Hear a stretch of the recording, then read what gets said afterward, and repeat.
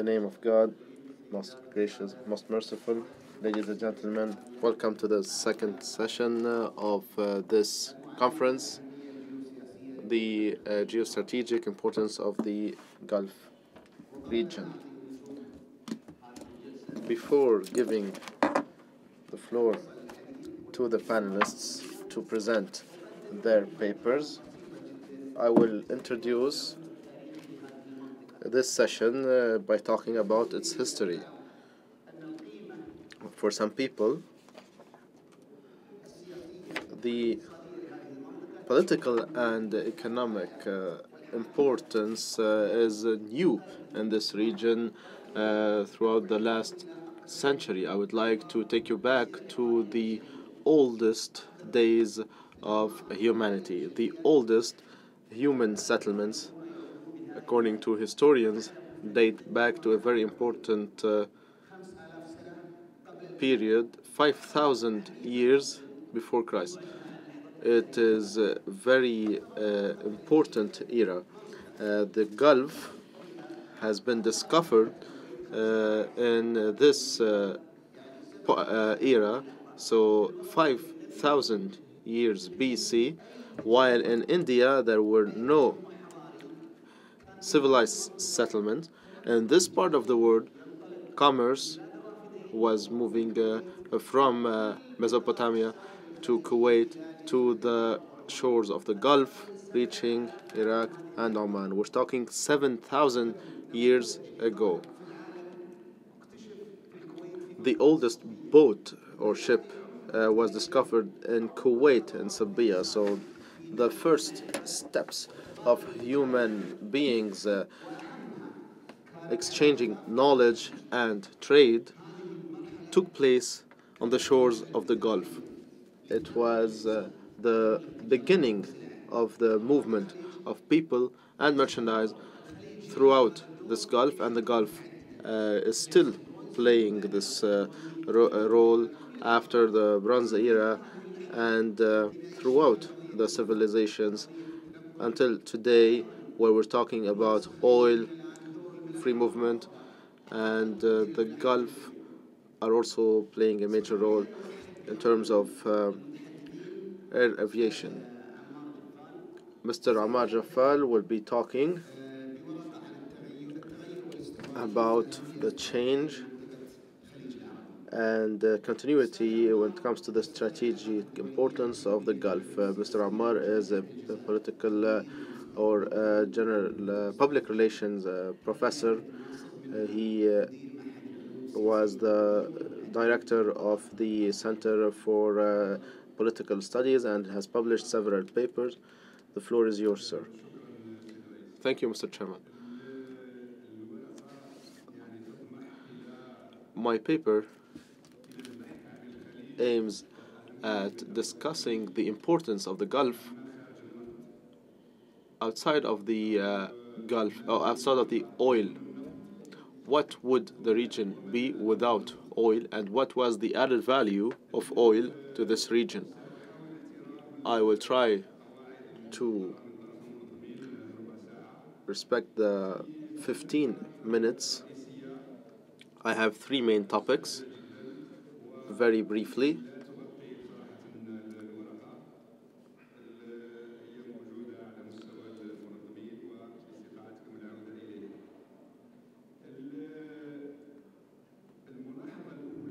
my first remark is that I will not go back to 5,000 years BC because it's far, far away.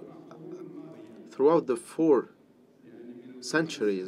last 4 centuries, from the 16th century to the 19th century, we notice in this part of the world that there are several powers competing to dominate this region: the Portuguese, the British, the German, the Russians, the French. The second remark is that for at the almost 3 centuries, this competition was between these powers and West and East powers. There were colonial ambitions from Europe toward Asia, and the importance of this region was key to achieving these ambitions for the Europeans to colonize Asia. And the third remark, from the 16th to the 19th century, this region, the Gulf, has been linked with the Suez Channel.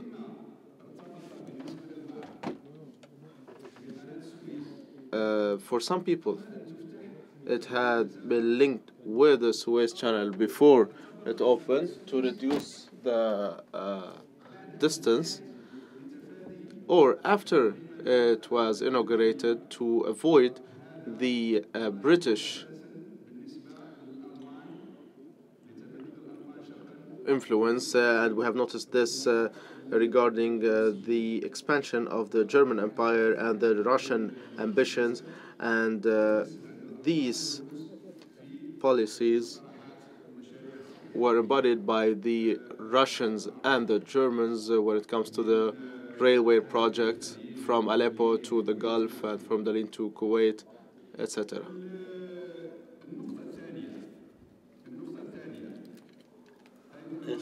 عم بيحكوا على العالي كتير هدول ورانا هون technicians. The second point is that this region has formed for a long period of time a main part of what is called the region of competition between the main continental power, Russia, and the biggest sea powers, the UK, the Great Britain, and the Americans. When we go back to the UK and US policies for the 3 last centuries, we notice that this region has been part of the geographic space, the wide geographic space, reaching Afghanistan. This space, in which the Gulf is key and has been subject to a lot of competition throughout 3 centuries between the ambitions of Russia to expand south and the sea major forces or powers to stop this expansion and expand toward the north. This space covers the Turkish borders, Turkey, Iran, Afghanistan, and some people add to this space of competition between continental and sea powers. Some people add the former Yugoslavia. It was a historical ambition for Russia. Charles Zobin says there are 3 axes for the Russian expansion: toward the Straits and toward the Gulf and toward the Adriatic Sea. This competition between continental powers and the sea powers started between the UK and Russia for 2.5 centuries or 3 centuries. And it continued between Russia and the United States of America since the Second World War. When it comes to the Second World War, we can notice that there was a tactical halt for this competition during the Second World War.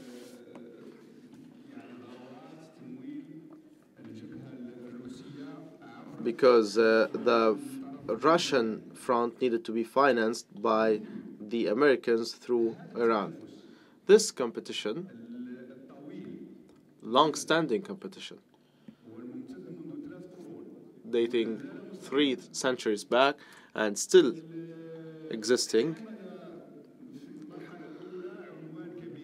was entitled at the beginning the Eastern issue, and then its title became Containing Powers. And it was a continuation of the British practices for a longer period of time. This has been linked with the Soviet Union, and it was at an ideological level. However, it's strategic and carries the same objectives that continued with the UK.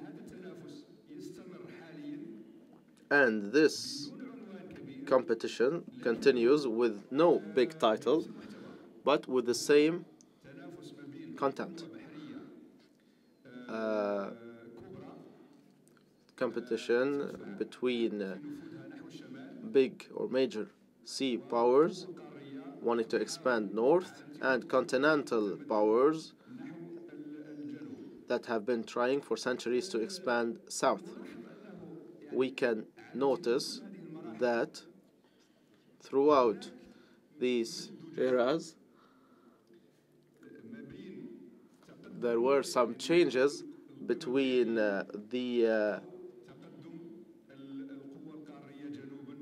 win of the victories of sea powers and continental powers, mainly Russia. Not a power that has published several publications about Russia says that Russia has always been expanding and withdrawing. La Russie Victorieuse was one of the latest publications. It's talking about the withdrawal of the Russian role. However, we have been historically used to an expanding and recessing Russia. What was the added value of the oil to this region? Two main aspects. First of all, the size of the reserves and its repercussions on the international global economy. The second, which is what's important in this paper, the possibility of using this power as a tool for hegemony. And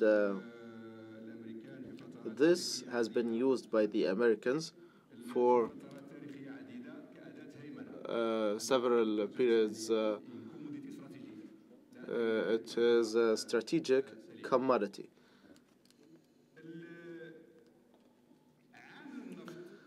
The oil factor added these aspects. However, it did not cancel or eliminate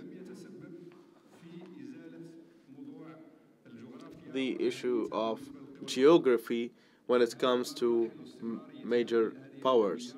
And we can still see this importance today because the Americans are trying to surround Russia from all sides, and Russia still has historical ambitions south under new titles.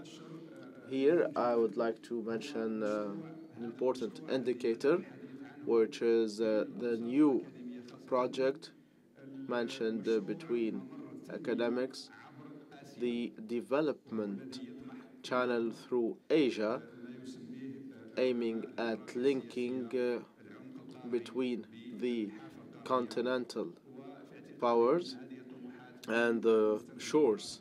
And I think these ambitions reflect the beginning of a new era of this major game in this region. Thank you, Mr. Chairman. Thank you.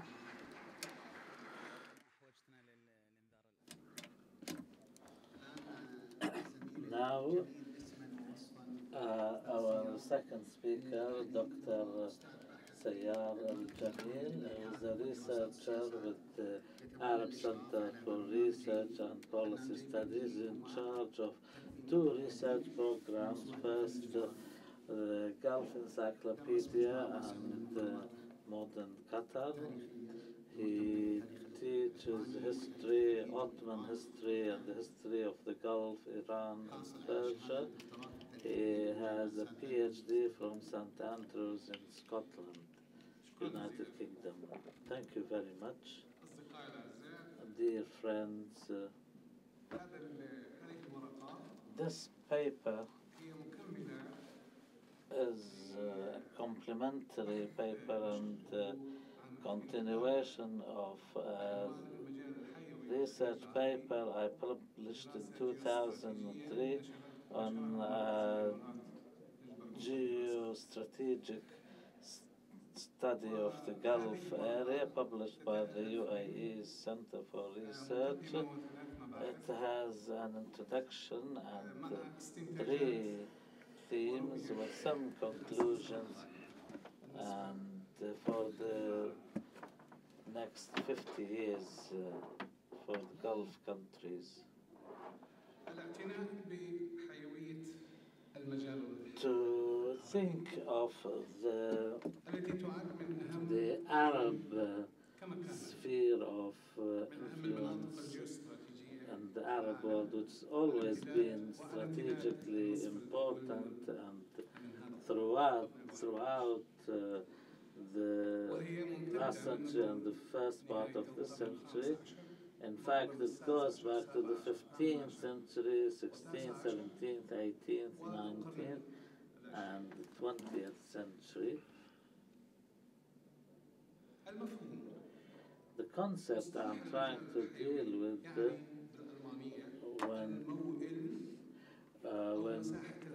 we talk about the sphere of influence here is, although opinions differed for the last 70 years on what we mean by the concept, but in fact it is in fact a German Nazi tool of ideology, which became very famous in that period, and it was developed and as part and parcel of the German political thought.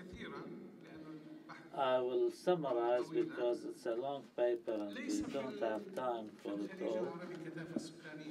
The Gulf area, as we all know, is not very densely populated, and it's also from a geopolitical sense, it's an area with a lot of defects in the on the demographic side, but has a lot of importance strategically. So therefore, people of the Gulf can search for means to improve livings for themselves, but the area has also been a place for others to consider it as their sphere of influence, first of all because of the oil and gas, natural resources, since World War II or thereabouts,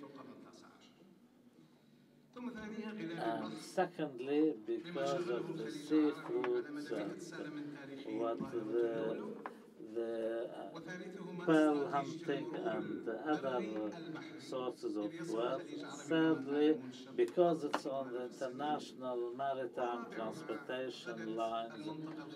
Fourthly, because recently the Gulf area has been very attractive for winter resorts and tourism. I'm not going to delve into much detail about the history side of things and why so many different powers considered the Gulf to be their strategic sphere of influence. the Gulf remained part of the British maritime hegemony since probably all the attacks which started in the 16th century until these countries restoring their independence in the 70s of the last century.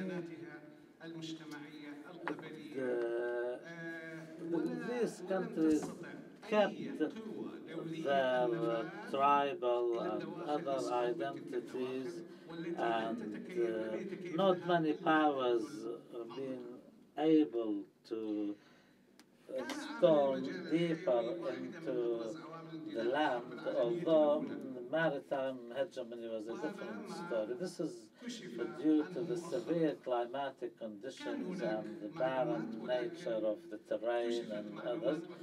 Some discoveries indicate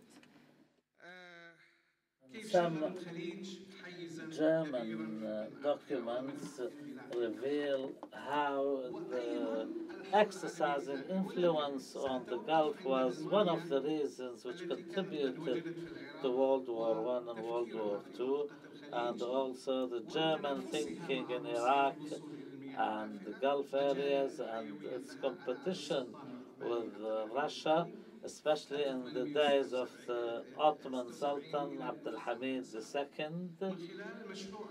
through its strategic railway line to link Berlin with Baghdad and Basra, which was known as BBB, and through that expand its influence into the Gulf, which was considered a British lake, because the British called it that because they considered it part of their sphere of influence. But what is rather strange is the name since the days of Darius in Iran. In other words, the Iranians or the Persians used to call the Arabian Gulf the Arabian Lake, and this is before Herodotus. And to call it a British lake in quote unquote, as it was. Italy considered that the Mediterranean is an main stadium, or this is our sea. The British used the same term to describe the Arabian Gulf. In any event, the German project wanted to link the heart of Europe to the Gulf, and hence competition between the Germans and the British became heated, especially when the Germans wanted to establish this railway line, which of course came after the success of Britain and France to open the Suez Canal in the 1860s, and then the Germans with the Ottomans started from that moment on, just before the opening of the Suez Canal, to restore the balance between the Suez Canal and the Arabian Gulf with this railway line from the heart of Europe to Basra. But some of the documents discovered show that the end of that line was not meant to be Basra, but from Basra to expand into Kuwait and Hsa to Said. So therefore, Said is at the heart of the Arabian Gulf, from which the southern basin starts, and where the United Arab Emirates is. To the north is Qatar, and link it all the way to Qatar, Kuwait, Iraq, Istanbul, and Berlin.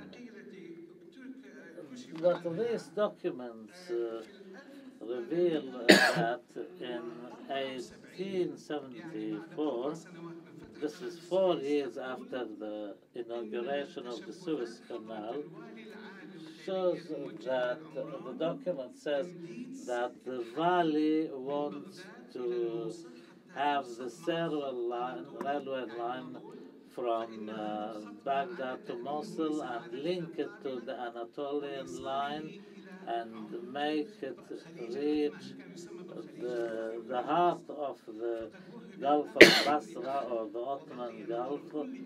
And this has been everybody's attention has been focused into implementing this project quickly, the document says in summary. So now I move to the concept of the regional order and how much the Gulf needed from the end of the World War II and the end of pearl hunting as a source of economy, and then the need for a Gulf security system. Of course, the question of identity lies at the heart of the question of Gulf security. And the second point I would like to talk about focuses on, before we start thinking about the next 50 years, that we here in the Gulf should establish a political and economic bloc which should be preoccupied mainly with the security.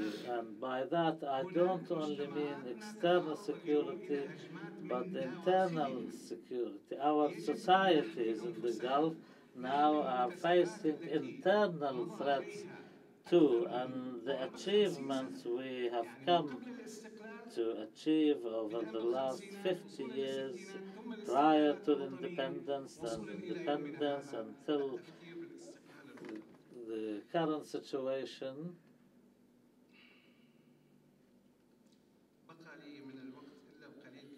have very little time left. So therefore I will say that for the Arabian Gulf, I talked about the colonial era, facts on the ground, a new Gulf order, the current changes and the increase in the value of the Gulf as a strategic sphere of influence for the next 50 years, and also the post-petroleum era, when pearl hunting lasted for many decades and when thousands of Gulf people sacrificed their lives so that European queens could enjoy wearing Gulf pearls. This had ended with the end of World War II, and with that came a new era, and the era of petroleum, which is also on its way to be diminished and disappear. And therefore our thinking should be what we should do in the Gulf countries when that happens. Amongst other important things, the impact of globalization on the Gulf. And please allow me, with all my appreciation of Saudi Arabia and its geography, but there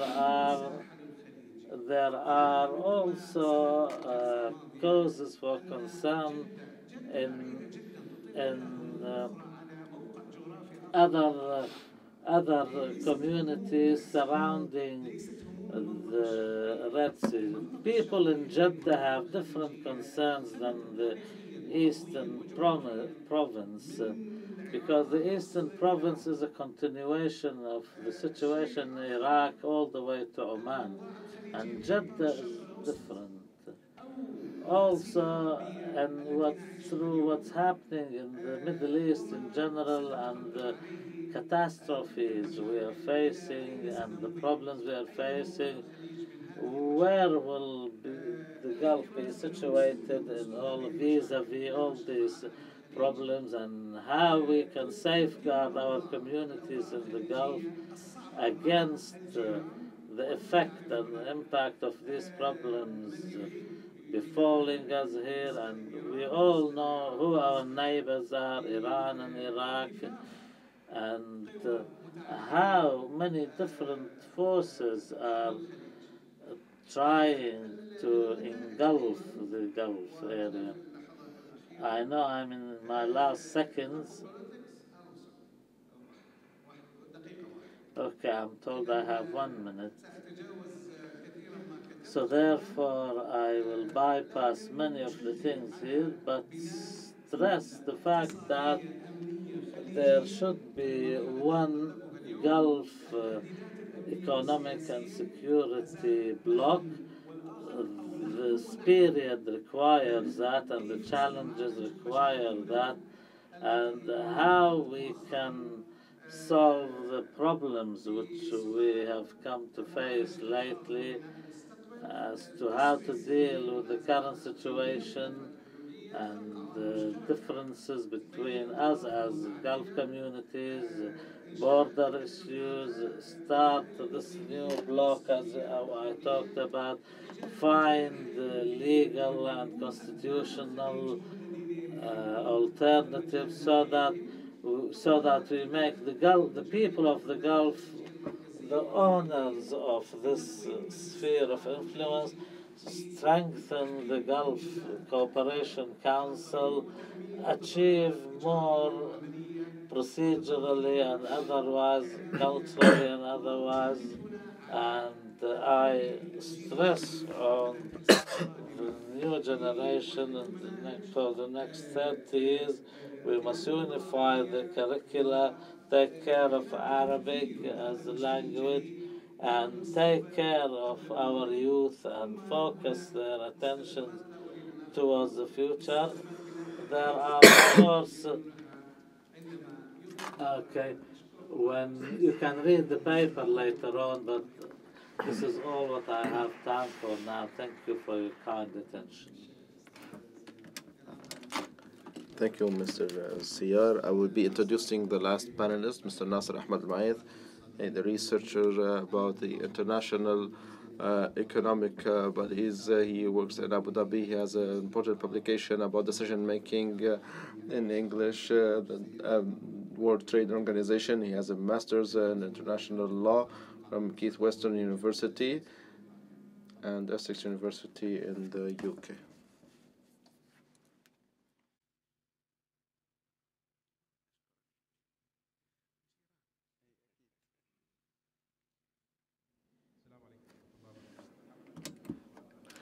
Good morning, ladies and gentlemen. I will try to begin until the technical issue is solved. The title is about changing oil from a source of national income to national security. The idea of this paper came from another paper that I had presented a year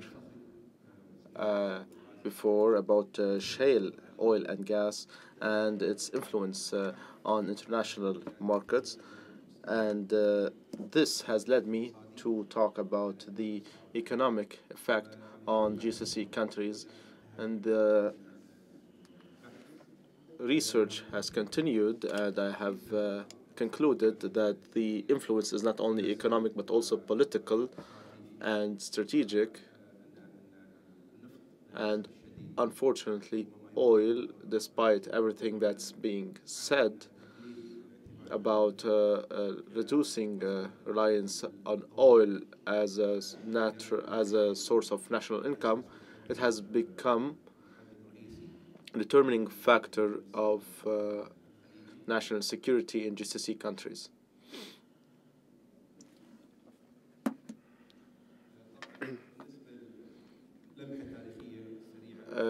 Historical view regarding the discovery of oil, of course, it has transformed these states from very primitive nations, and in 3 decades they have become modernized, at least economically, However, this relation between oil and GCC was not that romantic all the time.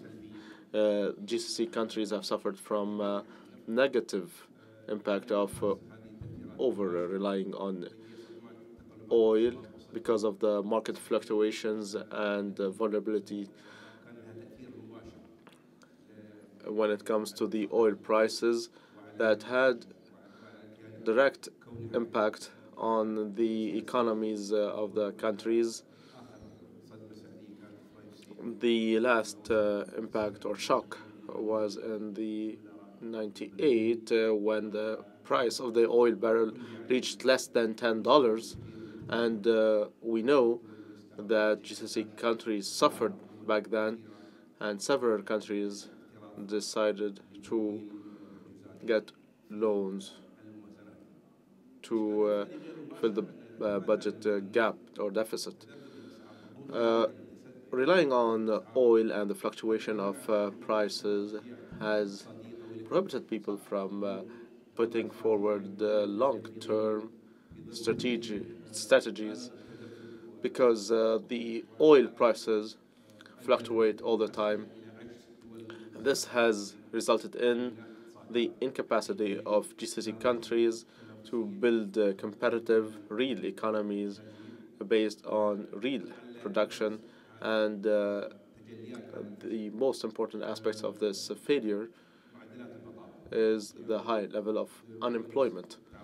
GCC countries today suffer from a high unemployment rate, double figures, 10% and higher. And according to international standards, these are economic crisis digits. So only economies that are suffering from acute economic crisis have unemployment rates with double figures. Of course, in 2008, we have seen that unemployment rates reached 11% in the US, in Spain, maybe 20% or over that. These figures are today existing in GCC countries, although they have the biggest oil boom. And this is one of the major results of the failure of GCC countries of creating this new strategy that I have mentioned. The question is the result of the failure. The GCC countries decided to cut their reliance on oil and diversify income source. These policies have been introduced in the 80s and even before, academically and then politically, officially. So diversifying source income and reducing the reliance on oil. So here today, after decades, to what extent GCC countries achieved this objective, and are GCC countries today less reliant on oil? What are the repercussions politically and strategically about the over reliance on oil? Of course, we start talking about the problems resulting in the reliance of on oil. The Dutch disease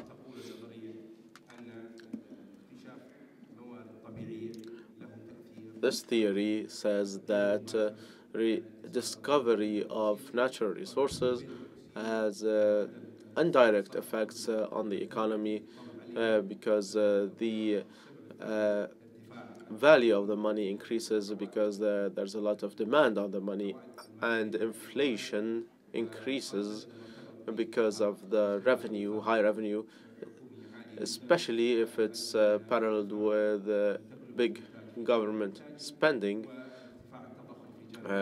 which means that the production and the consumption sectors are negatively impacted.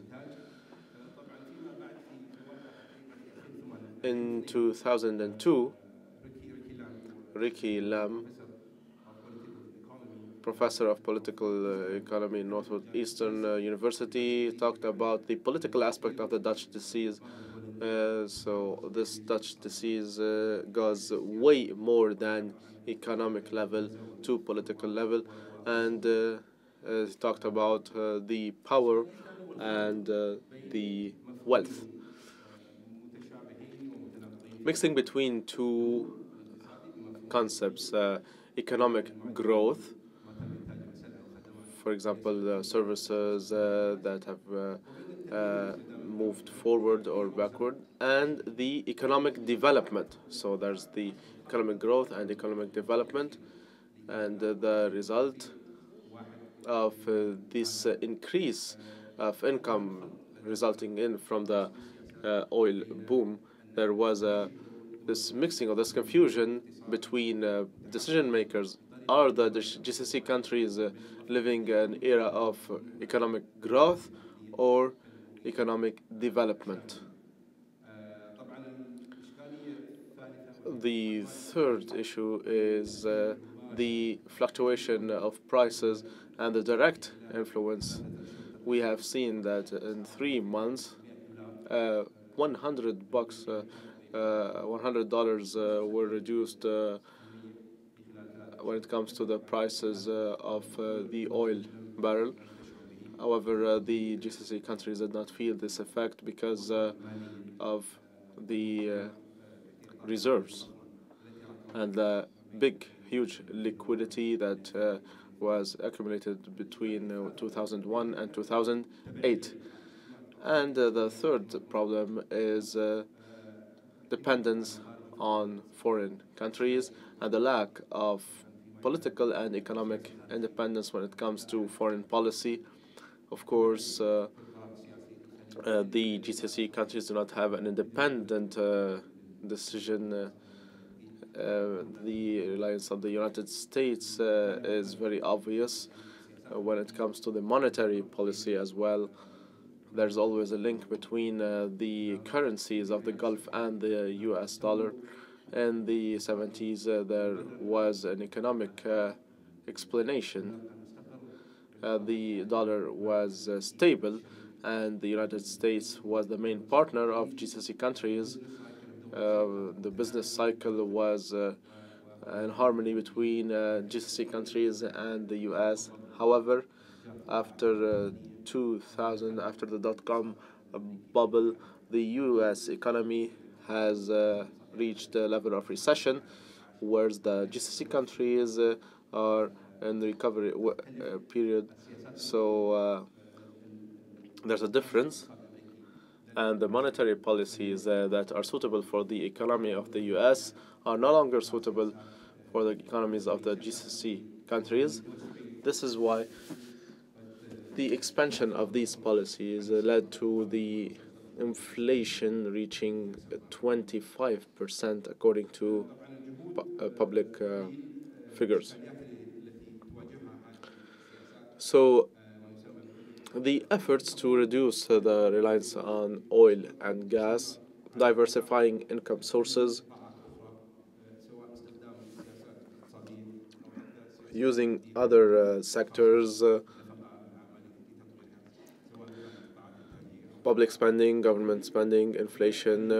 There's a paradox facing these policies. Gulf countries try to lessen the reliance on oil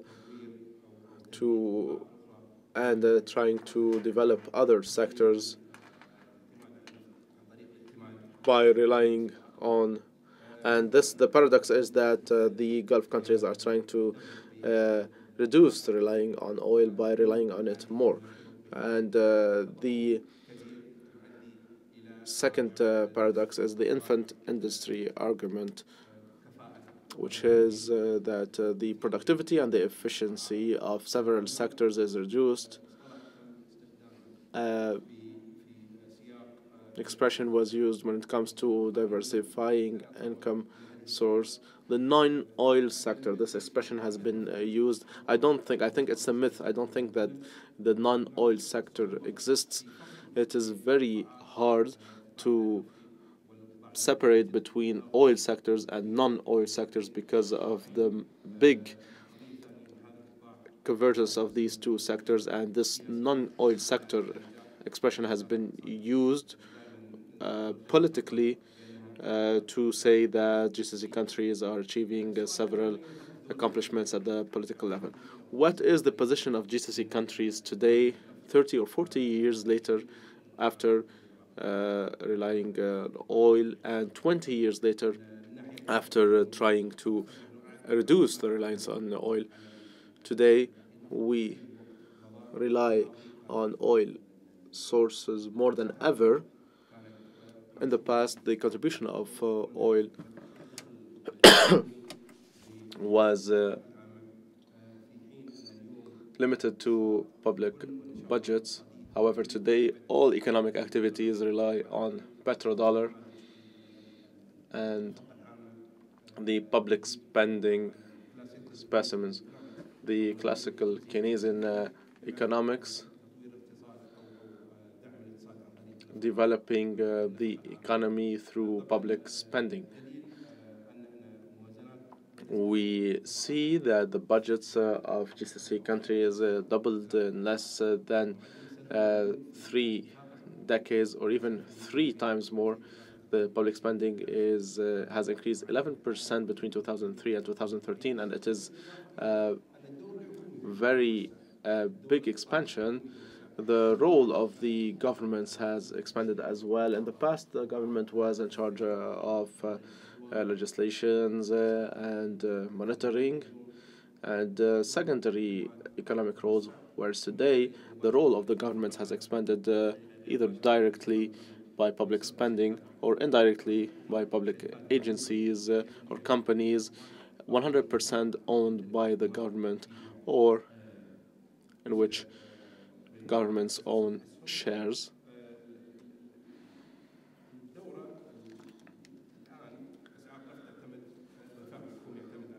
Today, the oil prices are very important to public spending, and the private sector is relying on oil sector indirectly as well.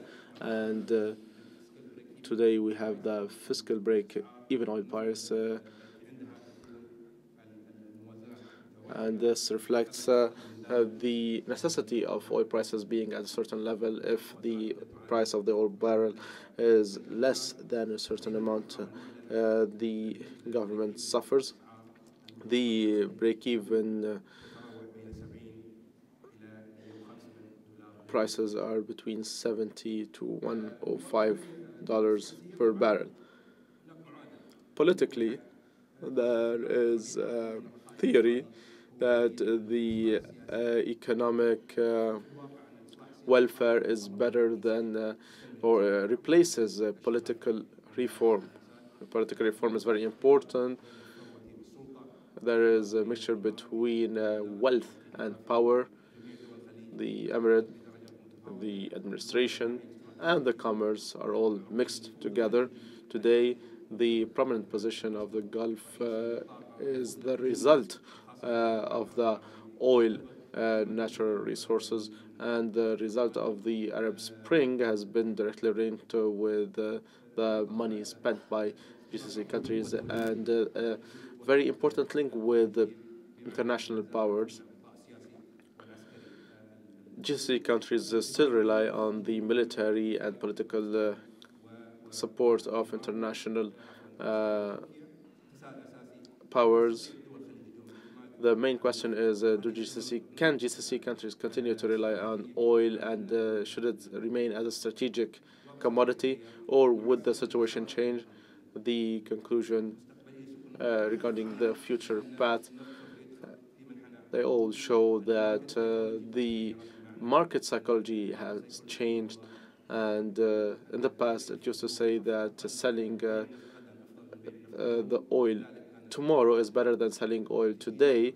This is why producers did not want to supply more, but the psychology of the market today is different. Sell today better than selling tomorrow, and this is why OPEC failed to reduce selling by 2 million barrels per day. In conclusion, GCC countries rely even more on oil, where in the past it was used to cover the economic level. Today it's covering the political and strategic level. Unfortunately, it has become income source and a determinant of the security of the GCC countries, and GCC countries should change their policies, and these changes in policies need more paper. Thank you for listening. Thank you, Mr. Nasser. As for the questions and answers, first of all, we will start with the colleagues who were not given the opportunity in the previous session. And also, the time allocated to each person will be 2 minutes, please. Okay, we have very limited time. My name is Abdel Hadi from Bahrain. My questions are directed to Mr. Nasser bin Ghaith and Sayyar al-Jamil. This looks or sounds like a vicious circle. The economic expansion in the Gulf produces more foreign workers than more demographic problems, so on and so forth. And Dr. Ammar Jaffal, a Kuwaiti economist, said in 2012, suggesting scaling down of the economy. For example, why should we produce 15, 16 million barrels of petrol? Like Norway, it can produce 5 million barrels, but it only produces what it needs, which is 2 million. And for example, Norway is not only a producer and exporter of oil, but an industrial country which does not suffer from the Dutch disease. Secondly, when we talk about the security, we only seem to look at security as military security. We know the Americans take care of that, and other colonial powers are coming back. The French have their bases, and others have their bases, and the Gulf marine bases or something. And it seems that the GCC have not only learned nothing from the lessons of the Arab Revolution, they are in fact doing everything they can to contain the people's movements and side with dictators and counter-revolutions.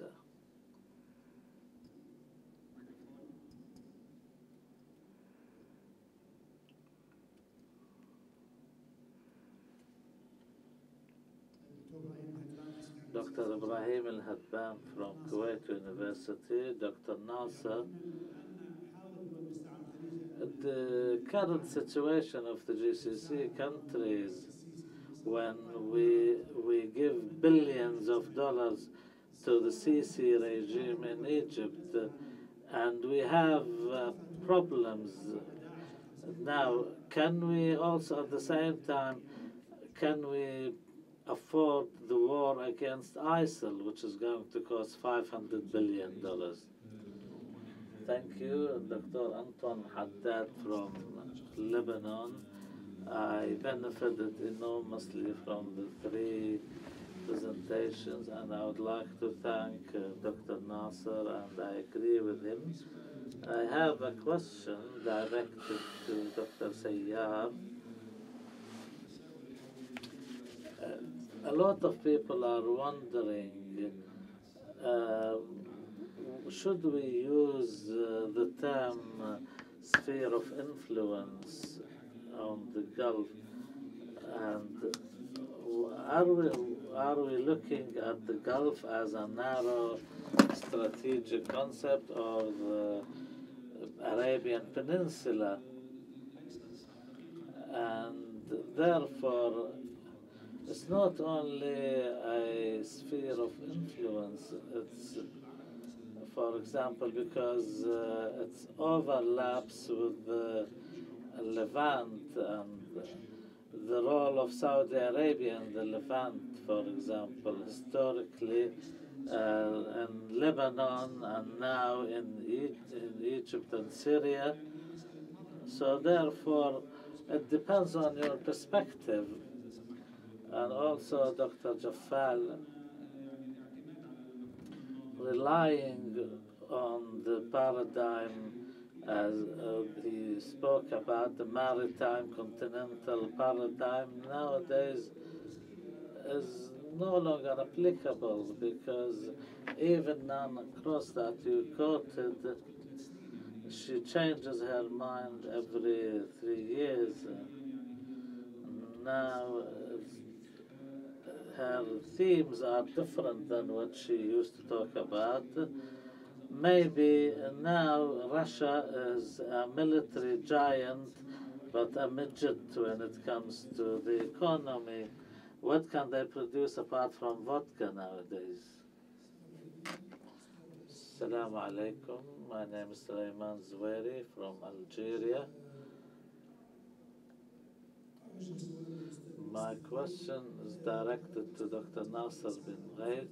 You talked about the fluctuations of oil prices threaten the stability of the Gulf countries politically. Do you think the future prices, and even with the lowest of low that we have seen and the current low prices, will it be impacting the political situation, or can we expect a fixed price of $70 as good enough for everybody?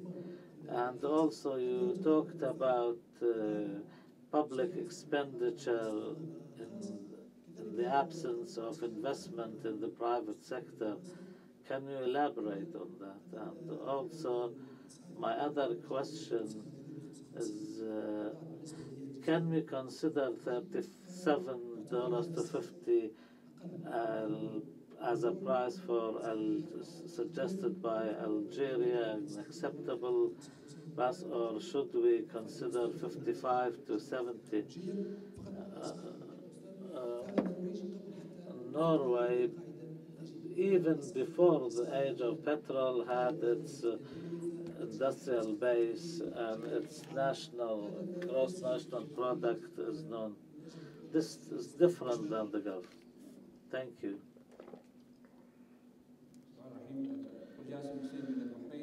My name is Jassim Hussain from Bahrain. My question is to Dr. Nasser. Do you expect, in the view of the current decrease in oil prices, to some countries going back to subsidizing some prices, some commodities?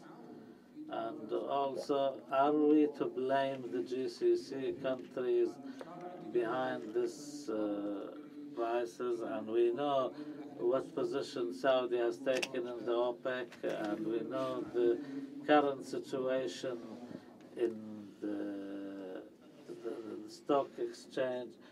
What about our civil society? Why don't they hold governments responsible? Another question, please.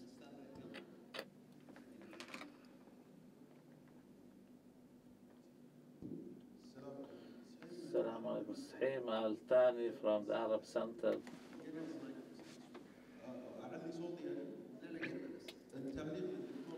But Dr. Nasser said, I just want to comment that linking security to oil, I think this is a very reasonable thing. If I decide that my main export commodity is oil, then I should link my security to my exporting of oil. But the problem here is we will,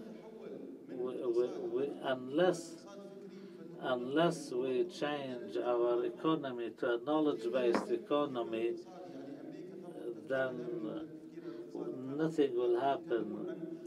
America, for example, does that, and we spoke about Britain and what it has done with free trade routes and others is to provide supply routes.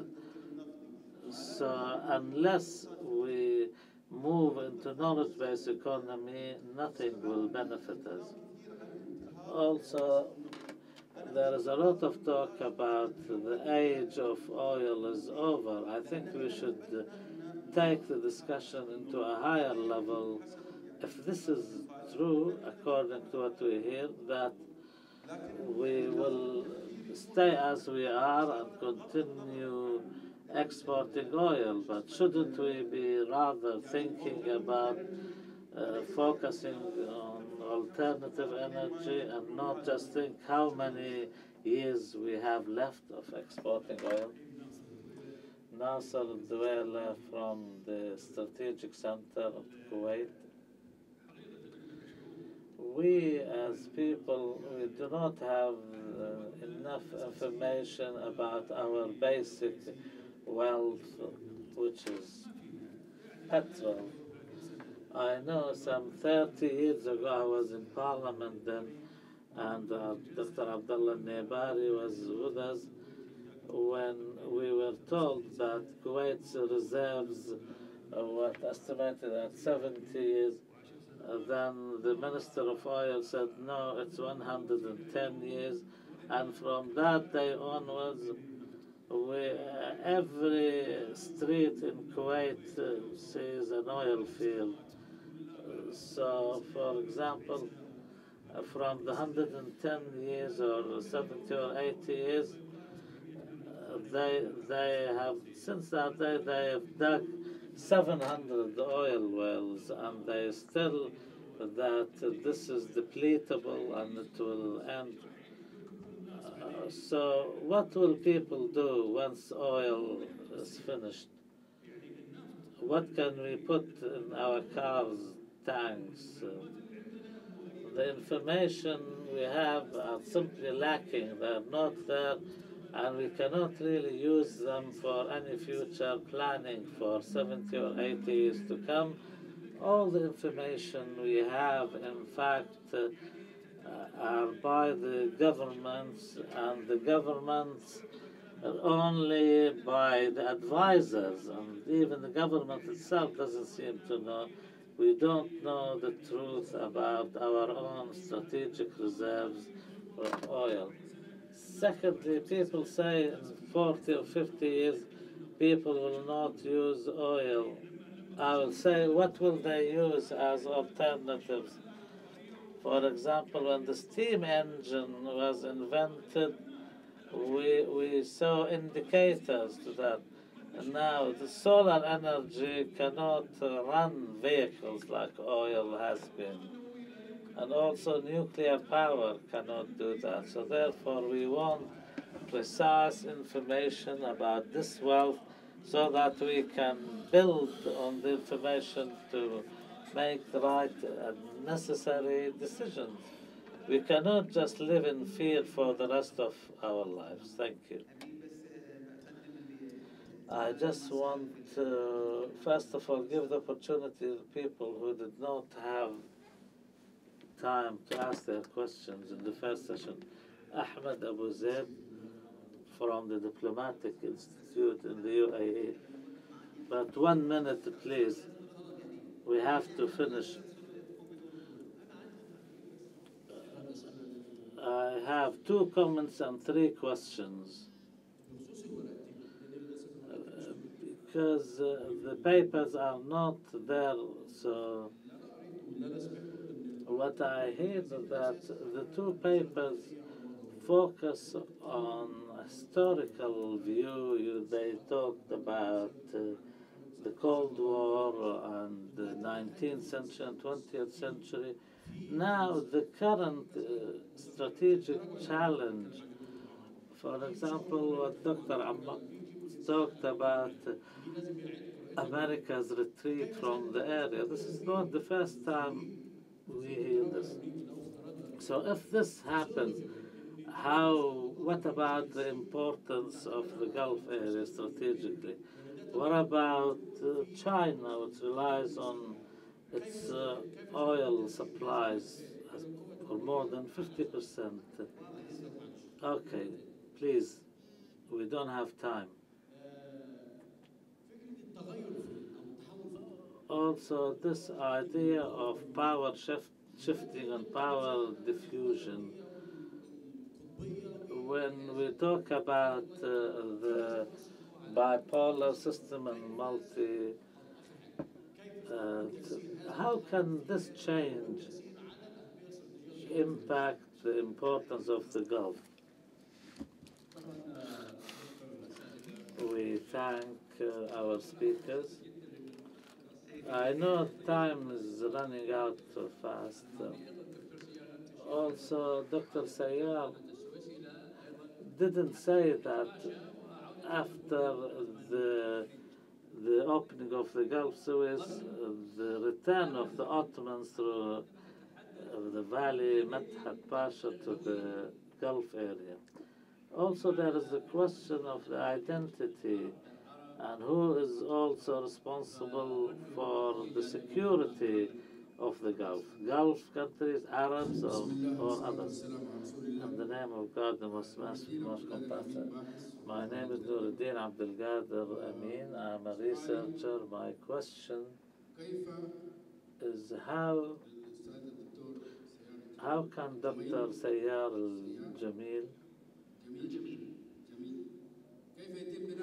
al-Jamil, how can we have a regional order for this? Mr. Nasser, the Dutch disease. ماذا تقصد بذلك؟ شكرا. Mr. Nebari, please, can use the microphone closest to you. Thank you, Chair.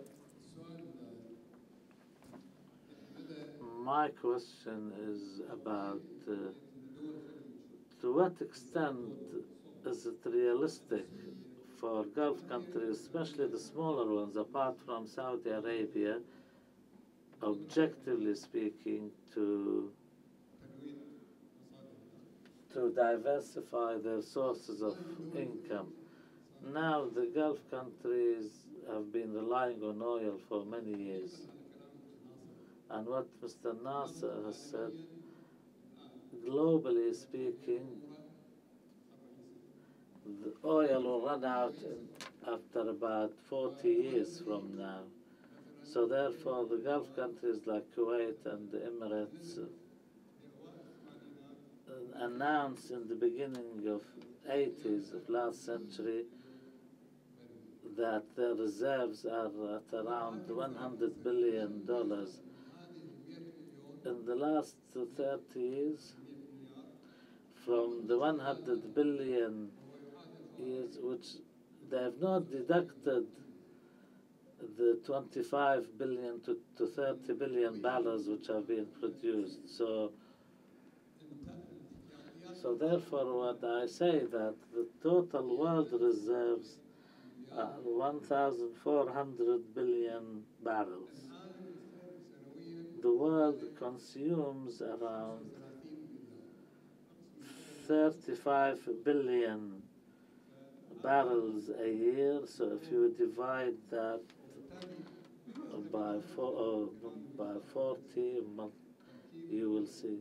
So therefore, when it comes to the demographic structure, public expenditure, and others, how can we think that we can find alternatives in smaller Gulf countries? If we just raise a slogan without properly discussing it, I think we are maybe chasing a wild dream here. This is the last question, please, the last minute. I just want to ask Dr. Sayyar, my name is Ammar Jaffal. I want to ask you, is it in view of what you said, can you expect that the Gulf states can be a catalyst to restore an Arab order, or have we lost that forever and now we're faced with a regional order with the role of Iran and Turkey taking part? Okay, I'll give the speakers time to respond. We will start with the right hand side, now we go back to the left, Mr. Nasser. يعطيك العافية على الأسئلة القيمة جدا.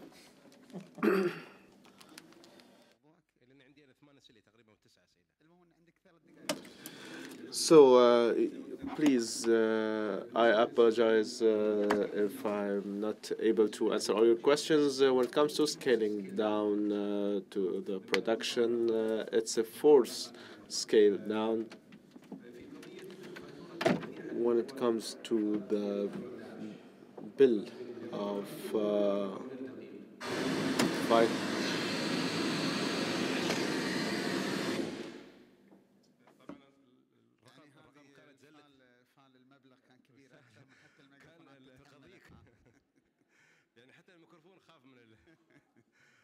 اتصور كانت زله لسان الظاهر كان على لسان شيك هاجل بس اتصور كان زله لسان كان يتكون يتكلم عن I think the figure is very exaggerated, 500.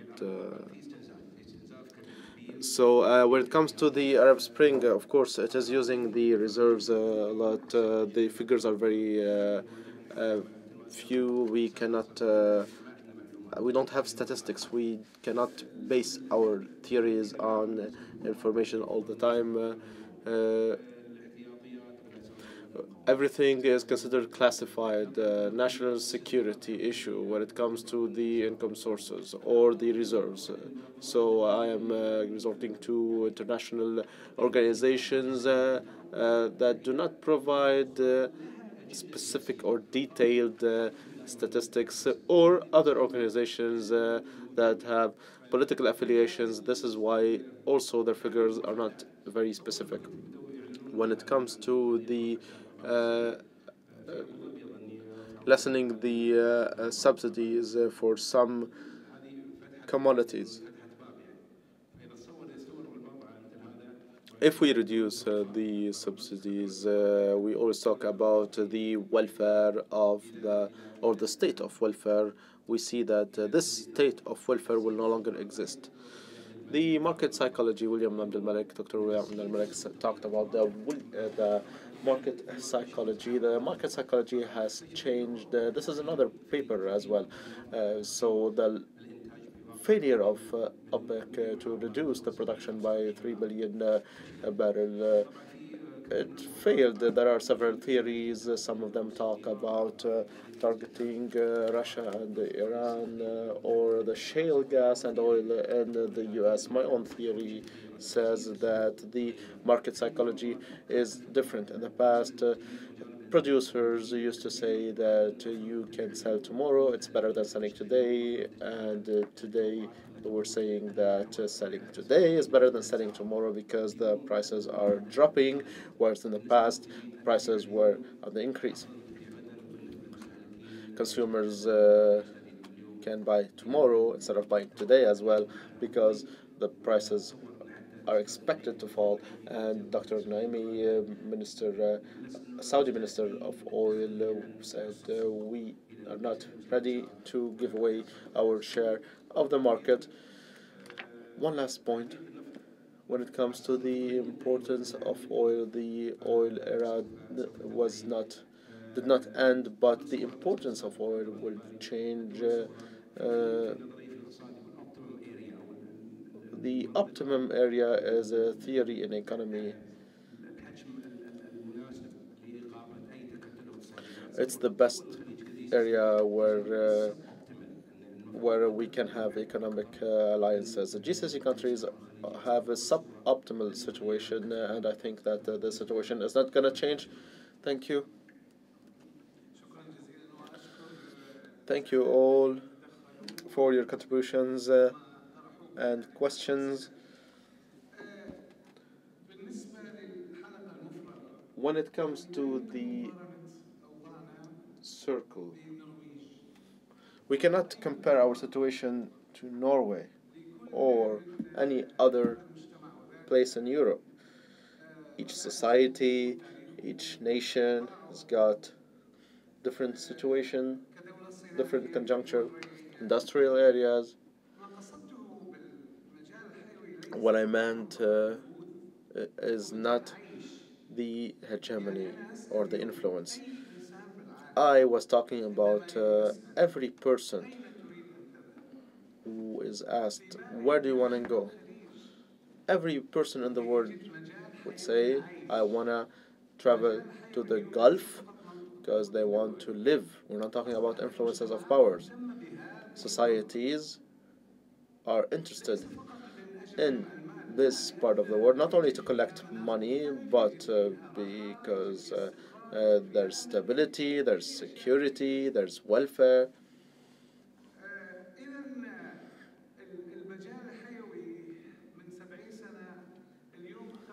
So this concept has changed since the 70s.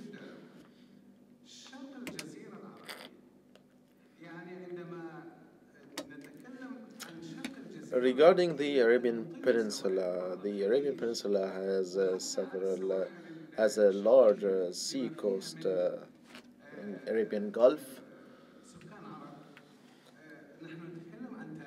We talk about a history, big history of this society, 6 centuries old.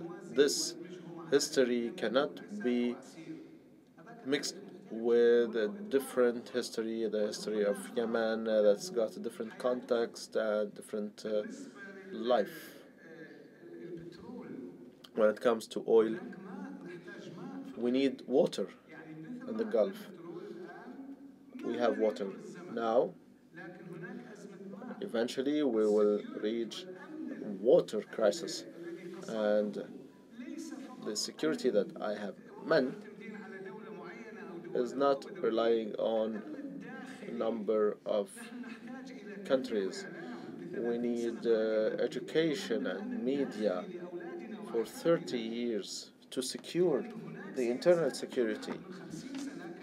Policies that have been adopted 50 years ago were wrong.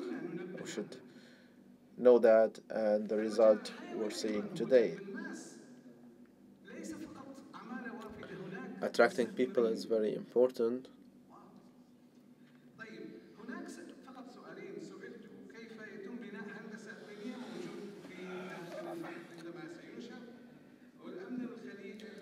I have 2 questions remaining. I'll try to answer them about the result of the last crisis. The changes are very ambiguous today. What's been happening since 3 years in this region, even the prospect for the future are ambiguous. Thank you, Mr. Ammar. Thank you, Mr. Chairman.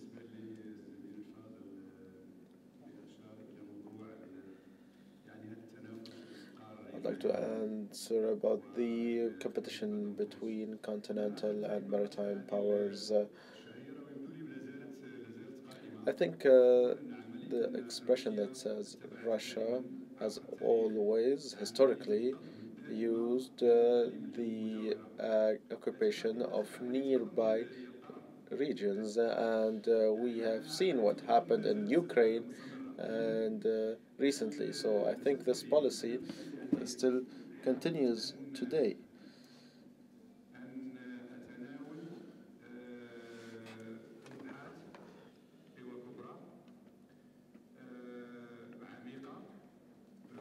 So the ambitions of major powers take long time. Sometimes there are defeats, sometimes there are victories.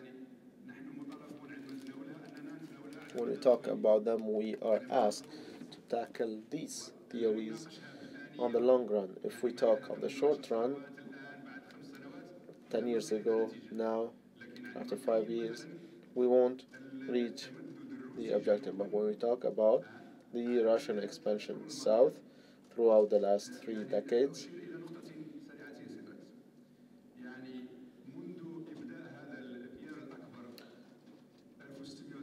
since since the 16th century or the 17th century, there has been ambitions to reach the Gulf by the Europeans. 1 century later, Catherine II achieved this ambition through the Ottomans, and 1 century later, Russia has secured the passage for ships. When we talk about Asia, Central Asia, Iran, Afghanistan, Pakistan, toward Oman. 1716, Russia got Kazakhstan. 1710, 200 years later, the ambition was achieved. If you go back to the manuals and military academies, the Russians teach expansion towards the south.